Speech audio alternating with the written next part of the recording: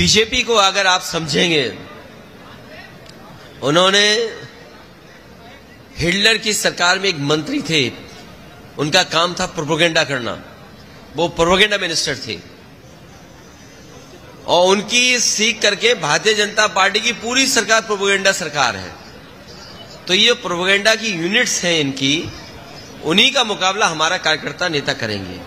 Vote बढ़ाने से लेकर के वोट डलवाने तक की हम लोग जानकारी कार्यकर्ताओं को दे रहे हैं। इसीलिए ये रैली नहीं की, ज्यादा भीड़ की व्यवस्था नहीं की, केवल जिम्मेदार कार्यकर्ता और पदाधिकारी आ जाएं जिससे उनको कुछ जानकारी दे सके।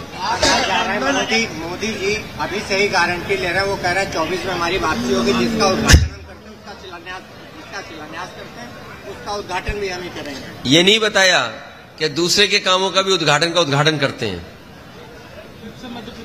केवल शिलान्यास नहीं करते हैं, दूसरे के योजनाओं का उद्घाटन भी करते हैं।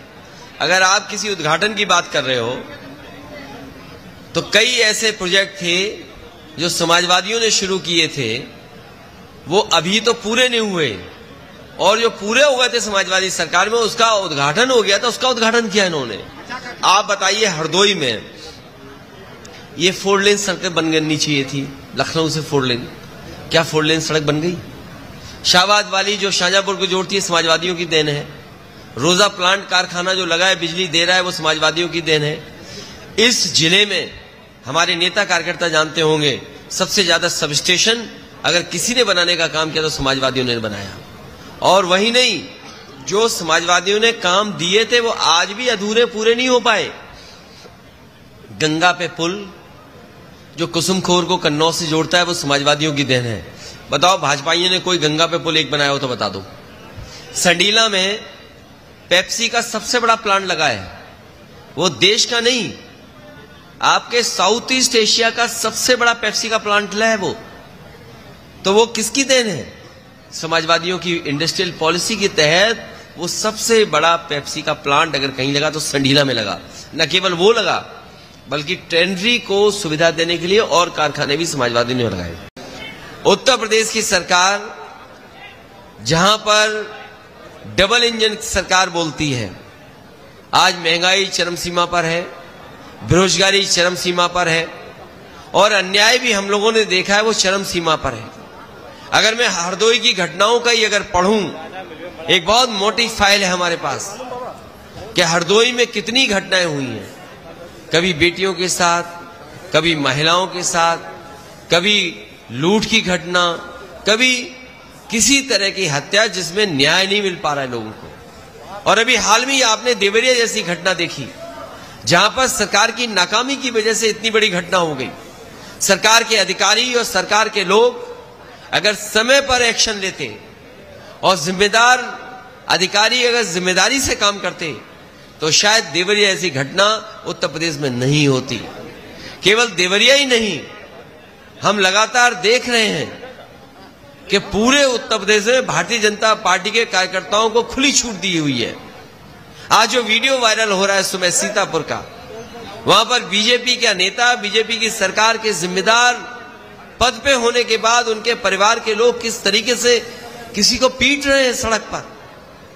क्या ये भारतीय जनता पार्टी की नई जीरो टॉलरेंस पॉलिसी है? क्या बीजेपी के कार्यकर्ताओं को पूरी आजादी है कि किसी के साथ अन्याय कर सकते हैं? कानपुर में मैं उस परिवार से मिला जिस परिवार के सदस्य को बीजेपी के कार्यकर्ता और नेता ने इतना मारा कि शायद उसकी आंख की रोशनी आएगी वापस के नहीं आएगी इतने इलाज के बाद। वो बीजेपी का कार्यकर्ता था, उसने हत्या कर दी होती, और इतना मारा कि उसकी आंख की रोशनी चली गई है।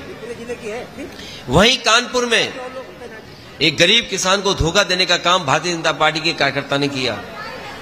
उससे जमीन लिखा ली, बाजार भाव तो 20 करोड़ से ज्यादा है, लेकिन 6 करोड़ का उसको चेक दिया। किसान को लगा कि 6 करोड़ हमारे लिए बहुत है, और उसके बाद जमीन लिखा ली गई, रजिस्ट्री हो गई। बाद में उस बीजेपी के नेता कार्यकर्ता ने उस किसान से कहा कि चेक में कुछ गलती हो गई है, चेक मुझे वापस कर दो। वो किसान समझ नहीं पाया बात को, उसने चेक वापस कर दिया। बीजेपी के नेता ने चेक फाड़ दिया। सोचिए, वो अपने पैसे मांगने गया, बीजेपी के नेताओं ने भगा दिया, मजबूरी में उसने आत्महत्या कर ली। तो इस तरह एक आध घटना नहीं हो रही है, पूरे उत्तर प्रदेश में लगातार बीजेपी के लोगों को खुली छूट है जिसमें वो किसी के साथ अन्याय कर सकते हैं। और भ्रष्टाचार तो इतना है जिसकी आप कल्पना नहीं कर सकते। जो महंगाई दिखाई दे रही है, ये कुछ लोगों को मुनाफा दिलाने के लिए है।